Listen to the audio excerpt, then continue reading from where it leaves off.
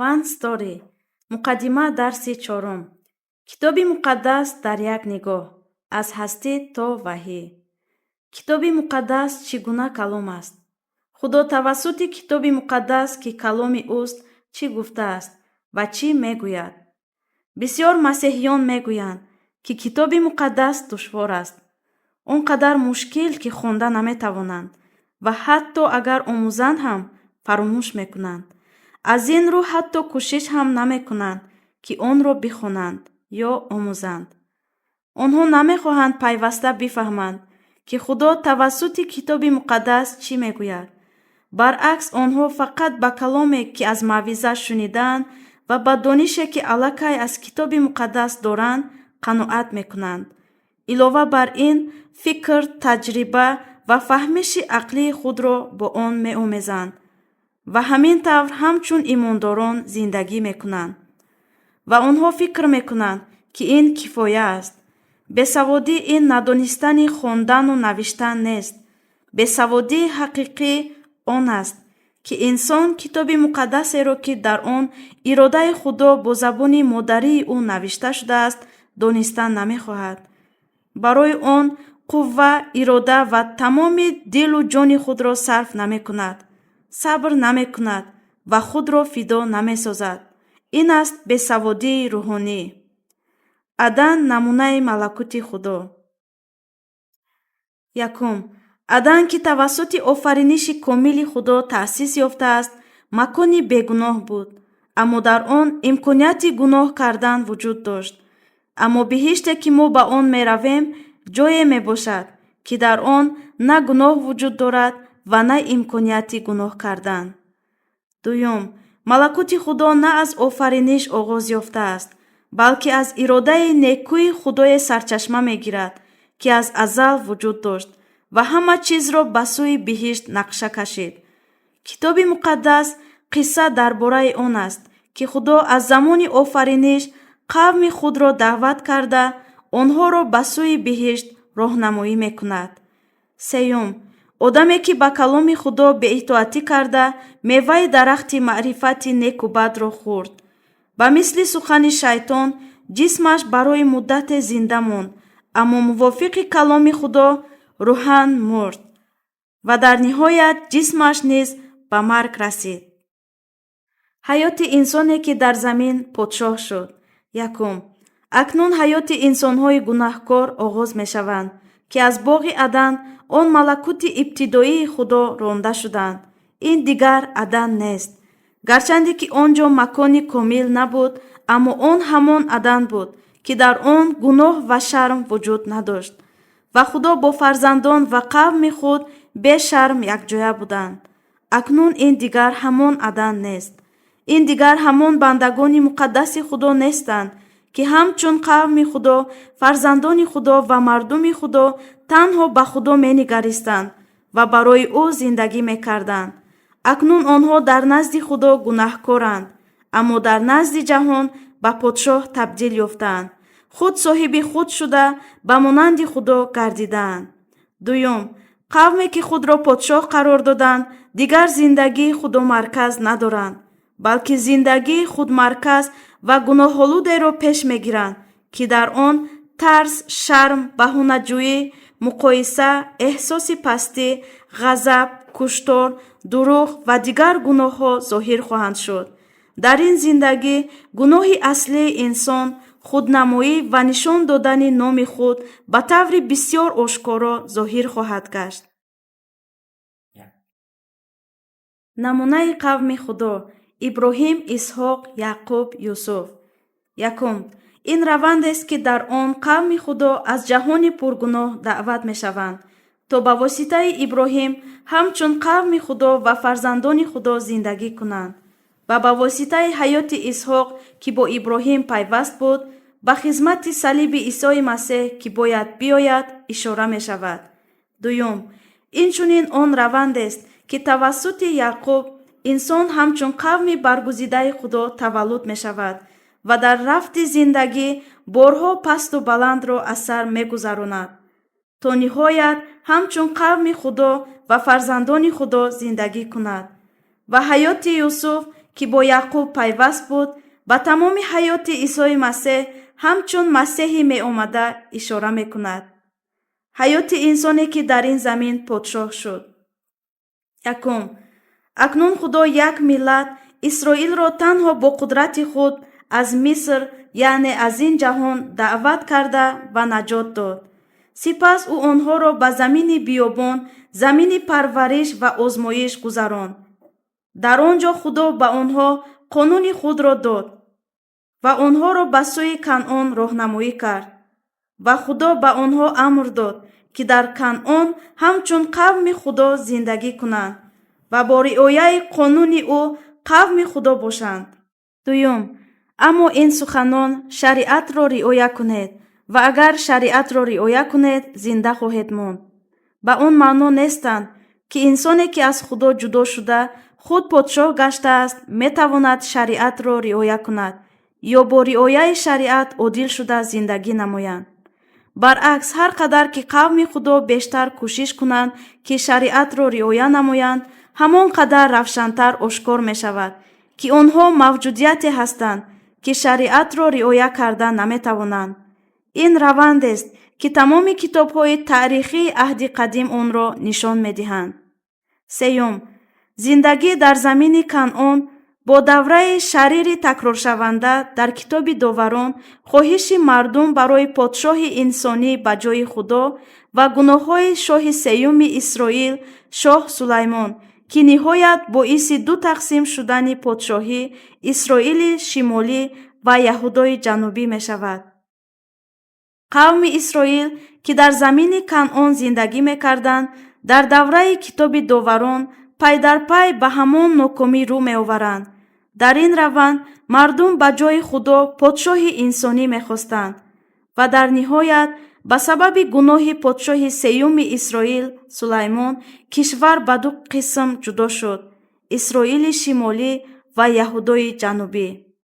چهارم، در نهایت اسرائیل شمالی که 19 پادشاه داشت و هیچ یکی از آنها نیک نبودند و در نتیجه در گناه‌های خود نابود شدند. از میان 20 پادشاهان یهودای جنوبی از میان آنها تنها 4 پادشاه یافت شدند که در نظر خدا نیک شمریده می شدند: آسا، یهوشافاط، حزقیا و یوشیاهو.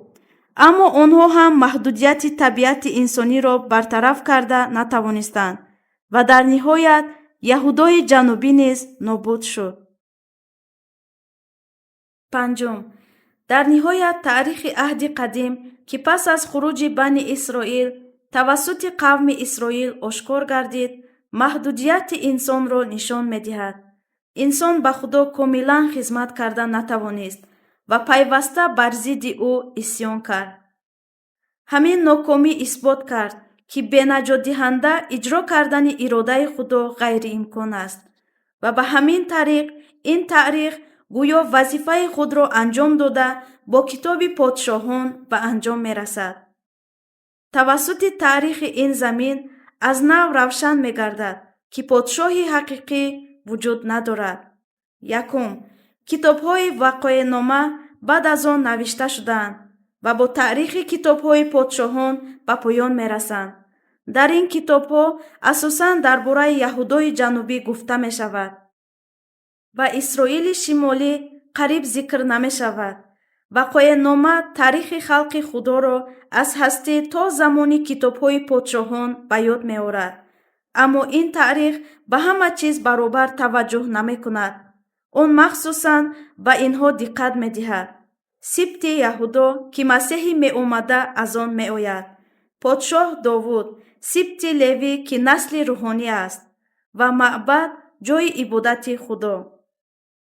حیات مردمی که پادشاه حقیقی را همچون نجات دهنده خود پذیرفتند. کتاب عزرا صرف نظر از مانع‌های شیطان درباره معبد سخن میگوید که بنا کرده می شود و درباره اصلاح ایمان که پس از آن صورت میگیرد.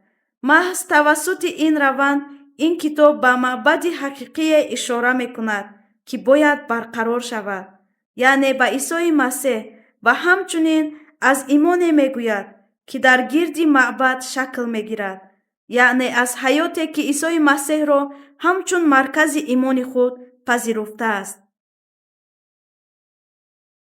дуюм, китоби Наҳемиё боз ба ҳолате назар мекунад, ки дар он маъбад вуҷуд дошт, аммо аз сабаби вайрон шудани ҳисор он дигар наметавонист вазифаи худро дуруст иҷро кунад. бо вуҷуди монеаҳои шайтон ин китоб нишон медиҳад, ки барқарор кардани ҳисор то чӣ андоза муҳим ва зарур аст. зеро ҳисор ҳаёти имондориро, ки Исои Масеҳро дар маркази худ дорад, аз ҷаҳон ҷудо мекунад. сеюм, китоби Эстер зиндагии мардуми худоро нишон медиҳад, ки бо гузоштани маъбади имон дар марказ ва дар дохили ҳисори имон аз ҷаҳон ҷудо зиндагӣ мекунанд. мардуми худо маҳз ба сабаби чунин зиндагии ҷудошуда дар ин дуньё ба азобу уқубат ва таъқиб дучор мешаванд, аммо бо вуҷуди ин дар ниҳоят ба пирӯзии ниҳоӣ мерасанд. ин пирӯзии имони мардуми худо дар китоби Дониёл низ пайваста идома меёбад. тавассути эътирофи имони онҳо ва зиндагие ки ба он мувофиқ аст, халқҳо ва подшоҳони кишварҳо худоро мешиносанд ва ӯро эътироф мекунанд. танҳо худо подшоҳ аст, пас аз ӯ битарсед. якум, китобҳои шеърӣ таърихи Исроилро аз замони даъват ёфтанаш то расидан ба нобудӣ ҳамчун замина баён намуда худоеро эълон мекунанд, ки тамоми ин таърихро идора ва роҳбарӣ мекунад. дуюм, китоби Айюб ҳокимияти мутлақи худоро нишон медиҳад, ки онро ҳеҷ гоҳ бо инсон ҳамчун махлуқ муқоиса кардан мумкин нест. забур бо тасвири Масеҳи меомада эълон мекунад, ки худо подшоҳ аст ва ӯ то чӣ андоза бузург мебошад ва мардумро даъват мекунад, ки ӯро ҳам ситоиш кунанд ва ҳам аз ӯ битарсанд. китоби Масалҳо равшан таълим медиҳад, ки ибтидои ҳикмат дар тарси худост. китоби Воиз бошад, ботилии тамоми зиндагии инсонро нишон дода эълон мекунад, ки танҳо худо сазовори тарс ва эҳтиром аст. сеюм, китоби Суруди Сурудҳо мегӯяд, ки худо подшоҳи комил ва одил аст, яъне муҳаббати муттаҳиди барқароршудаи байни Исои Масеҳ, ки домод аст ва қавми худоро нишон медиҳад. китоби Суруди Сурудҳо муҳаббати пайвандеро баён мекунад, ки бояд барқарор гардад миёни худои соҳибкамол, подшоҳ, яъне Исои Масеҳ, домод ва мардуми худо. подшоҳи ҳақиқӣ бояд биёяд. якум, ду сутуни китобҳои анбиё чунинанд: аввал мазаммат ва доварӣ, дуюм наҷот ва барқарорсозӣ. ин мазаммат ҳам ба қавми худо ва ҳам ба миллатҳое ки худоро намешиносанд фуруд хоҳад омад ва ба доварӣ меоварад. мазаммат ва доварие ки бар қавми худо меояд, дар ҷараёни таърих ба таври муваққатӣ дода мешавад ва абадӣ нахоҳад буд. аммо мазаммат ва доварие ки бар миллатҳо меояд, ба ҳалокати ҷовидонӣ мебарад. дуюм, боз наҷот ва барқарорсозӣ, ки ба қавми худо дода мешаванд, аввалан дар таърих ба воситаи бозгашти асирон амалӣ мешаванд ва дар ниҳоят дар биҳишт ба камол мерасанд. аммо барои онҳое ки қавми худо нестанд, наҷот метавонад ба таври муваққатӣ бошад, лекин он абадӣ нахоҳад буд. сеюм, аз нуқтаи назари дигар, китобҳои анбиё ба таври бевосита ва бавосита на наҷотдиҳандаи ҷаҳон, балки наҷотдиҳандаи абадӣ Масеҳро шарҳ медиҳанд. аз китоби Ишаъё оғоз карда, онҳо гуноҳи қавми худоро нишон медиҳанд ва Масеҳи меомадаро, яъне Исои Масеҳро тасвир мекунанд. чорум, акнун худо бо қавми худ на аҳди шариат ва на аҳди аъмол, балки аҳди абадӣ, ки худи аҳди худост ва аҳди навро худаш барқарор хоҳад кард. азбаски худо ин муҳаббатро оғоз намуд, ӯ наметавонад қавми худро тарк кунад. подшоҳи ҳақиқӣ омад. якум, акнун ҳамаи навиштаҳои китобҳои шариат, таърихӣ, шеърӣ ва анбиёи аҳди қадимро паси сар карда, вақти муқаррар гардида фаро расид. наҷотдиҳанда, яъне Масеҳ Исои Масеҳ меояд. Исои Масеҳ худ иҷро ва комили аҳди қадим аст ва ӯ худ он роҳест, ки гунаҳкорон тавассути ӯ ба сӯи Худо бармегарданд. дуюм, исои Масеҳ ҳамон тавре ки Исроил аз Миср даъват шуда буд, ӯ низ аз Миср даъват мегардад ва ҳамин роҳро аз нав тай намуда мегузарад. ӯ ин роҳро на ҳамчун дар таърихи беимонӣ ва саркашии онҳо, балки ҳамчун дар таърихи итоати комил зиндагӣ мекунад.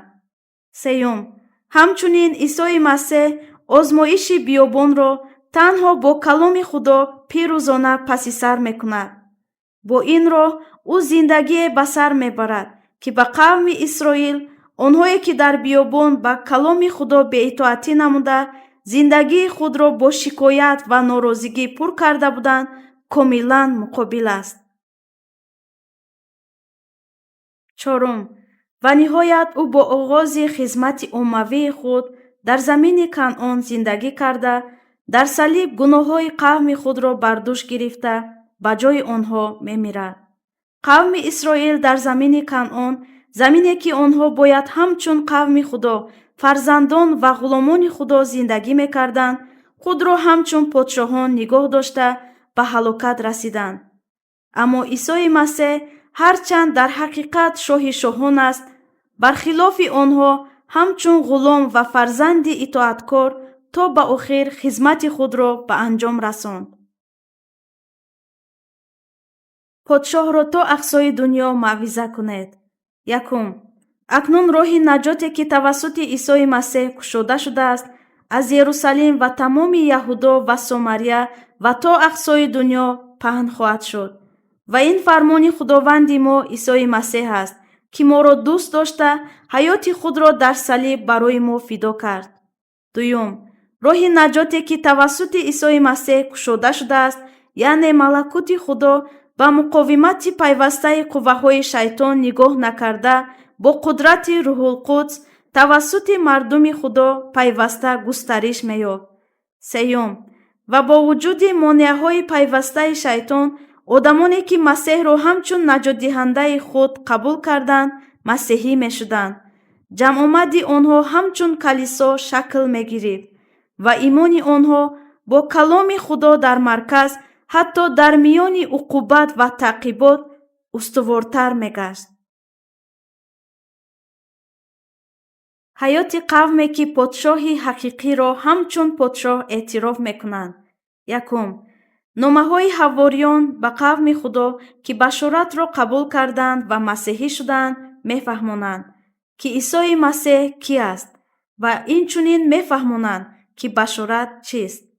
дуюм, инчунин номаҳо мефаҳмонанд, ки масеҳиён ҳамчун масеҳӣ бояд чӣ гуна зиндагӣ кунанд ва ҳамчун масеҳӣ чиро бояд ҷустуҷӯ намоянд ва чиро бояд тарк кунанд ва аз он дурӣ ҷӯянд. малакути абадии Худо, осмони нав ва замини нав.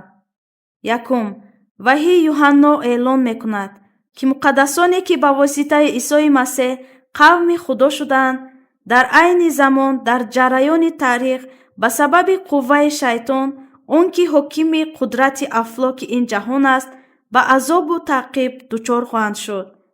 аммо ба воситаи Исои Масеҳ, баррае ки довари оянда ва шоҳи шоҳон аст, фарзандони Худо ҳатман пирӯз хоҳанд гардид. дуюм, ваҳии Юҳанно моро даъват мекунад, ки ҳангоме ки мо ҳамчун арӯси муқаддас бо Исои Масеҳ дар никоҳи арӯсии барра истем, имони худро то ба охир устуворона нигоҳ дорем, ҳатман осмони нав ва замини нав хоҳанд омад, зеро Худованди мо Исои Масеҳ меояд. худо тавассути китоби муқаддас сухан мегӯяд. якум, малакути Худо малакутест, ки Худо онро оғоз мекунад, Худо онро ба амал меоварад ва Худо онро ба анҷом мерасонад. зеро ҳеҷ як инсони одиле вуҷуд надорад, ки ба малакути Худо сазовор бошад. дуюм, хоҳиши Худо ин аст, که انسان باز به نزد خدای برگردد که پدر است و این راه بازگشت نه با عدالت عملهای ما بلکه این با از نو تولد شدن است، مردن همچون گناهکار و زنده شدن همچون عادل که آن توسط عدالت خدا به عمل می آید. سیوم، و کتاب مقدس می فهماند که حیات قوم خدا در این جهان چون حیات یک غریب است. چهارم، این کتاب مقدس از کاملی خدا و محبت سخن می گوید که از او جدا شدن ممکن نیست. هر قدر که ناتوانی انسان بیشتر آشکار گردد، همان قدر ما کاملی خدا را بیشتر در می یابیم. با واسطه کتاب مقدس گناه‌های پی در پی قوم خدا آشکار می گردند. اما هر قدر که این بیشتر آشکار شود، همان قدر محبت تغییر ناپذیر خدا نسبت قوم خود نیز بیشتر ظاهر می گردد. حیات مسیحیانی که کلام خدا را همچون حیات خود نگاه می دارند و با آن زندگی می کنند ادامه می یابد. نگاه یوسف. یکم، تولید غیر امکان. دوم، محبت عمیق پدر ولی نفرت مردم. سیوم، گناه‌های برادران را آشکار کردن و از جانب آنها نفرت گردیدن. چهارم، رشک برادران از مقام بلند آینده.